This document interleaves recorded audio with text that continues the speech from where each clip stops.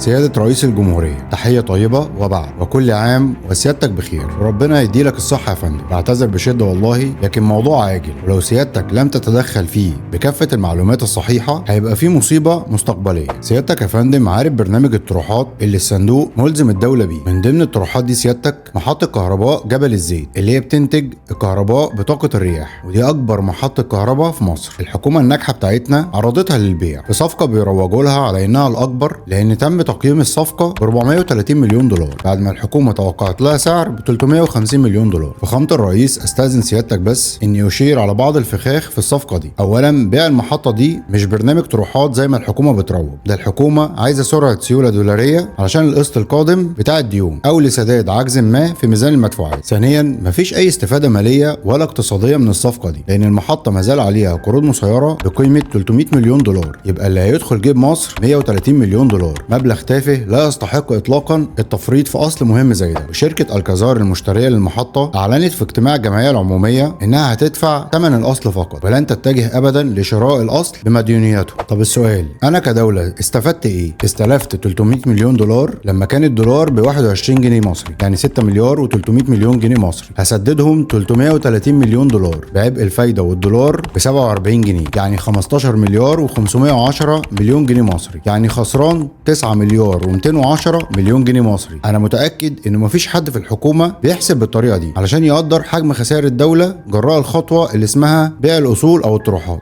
ثالثا، وده الاجراء الكارثي بقى، ان الشركه المشتريه في العقد هتحط شرط ان مصر تشتري منها الانتاج بالدولار الامريكي ولكن الدفع بالجنيه المصري. سياده الرئيس، الاجراء ده خطر، لان في حالات سعر الصرف المتقلب زي مصر وبنواجه مخاطر التعويم وبنواجه مخاطر تخفيض العمله بشكل الزامي ونفتقر لسياسه الحفاظ على قيمه العمله، هيكون اجراء يزيد من مديونيه الكهرباء او يرفع من الاعباء في حاله ان سعر الصرف يزيد. وسيادتك تعلم تمام العلم ان اي زياده في اسعار شيء بيتحملها المواطن. لو ان بغله تعثرت في العراق بيزيد سعر الكيلو البانيه في مصر، فليه كل المستثمرين والمشترين والشركاء التمويليين بيعملوا تحوط تجاه اي انتقاص من الارباح بتاعتهم مستقبلا؟ واحنا عشان حكومه مزنوقه في قسط دين بتبيع اي حاجه وبالرخيص. في حاجه يا فندم في علم الاقتصاد اسمها حق الاجيال القادمه وبتلتزم بيه الحكومات. هو اسمه حق لكن بيتضمن الحق والواجب. يعني المحطة دي كمثال لو افترضنا انها تم اعدادها علشان تدخل الدولة عائد لمدة 20 سنة والديون اللي عليها لمدة 10 سنين، فانا كمواطن النهاردة عمري 20 سنة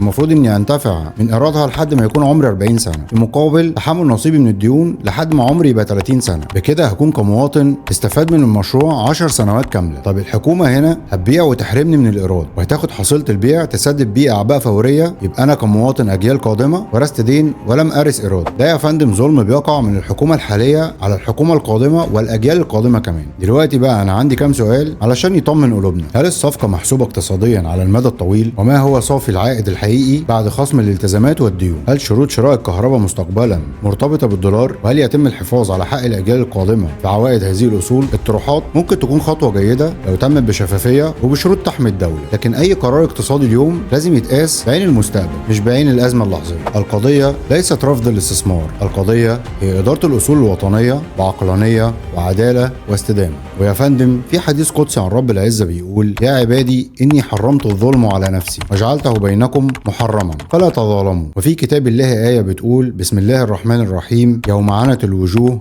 للحي القيوم وقد خاب من حمل ظلما. صدق الله العظيم. فلو الحكومة لم تضع في اعتبارها يوم المشهد العظيم، سيادتك أكيد هتنبهها لذلك رعاية للأجيال القادمة على الأقل، حتى لا يعانوا مما يعاني منه آبائهم. بعتذر والله لو الكلام ده متسبب في أي إزعاج. ربنا يسلم سيادتك رمضان ويتسلم منك الطاعات على النحو الذي يرضيه عنك، اللهم آمين. ودائما وأبدا تحيا مصر وسلام عليكم.